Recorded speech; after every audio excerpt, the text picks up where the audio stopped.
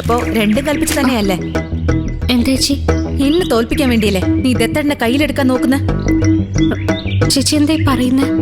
ഞാൻ എന്ത് ചെയ്തു? ഓ, ഒന്നും അറിയാത്ത പോലെ ഇങ്ങനെ അഭിനയിക്കല്ലേ.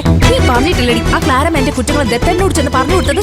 അയ്യോ, ഞാൻ മനസ്സറിയാത്ത കാര്യാ. നീ മനസ്സറിഞ്ഞില്ലെങ്കിലും നിന്റെ തോഴി അറിഞ്ഞിട്ടുണ്ട്. ആ പെണ്ണുമ്പിള്ള ദത്തേട്ടനോട് ഏതാണ്ടൊക്കെ വേണ്ട ദിനം പറഞ്ഞു കൊടുക്കുകയും ചെയ്തു. ചേച്ചി സത്യമായിട്ട് എനിക്കൊന്നും അറിഞ്ഞൂടാ.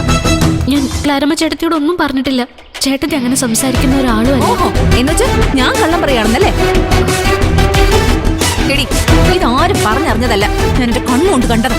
നടക്കാൻ പോയ ദത്തേട്ടനെ വഴിയിൽ കാത്തു നിന്ന് വലയിട്ട് പിടിച്ച് ആ പെണ്ണുമ്പിള്ള ചെവിയിൽ വേദം ഊതി കൊടുക്കുന്നത്.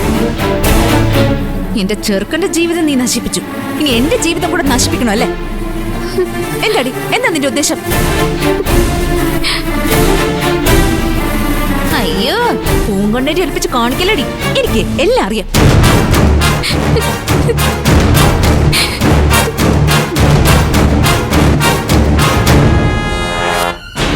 എന്താടി, എന്താ ഇവിടെ മോളെന്തിനെ കരയുന്ന? ഒന്നുമില്ല മുത്തശ്ശി. ഒന്നുമില്ലെന്നോ? ഒന്നുമില്ലെങ്കിൽ പിന്നെ ആരെങ്കിലും കരയുവോ?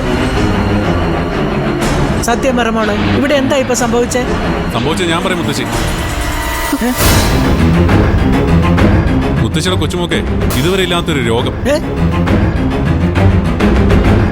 സംശയ രോഗം.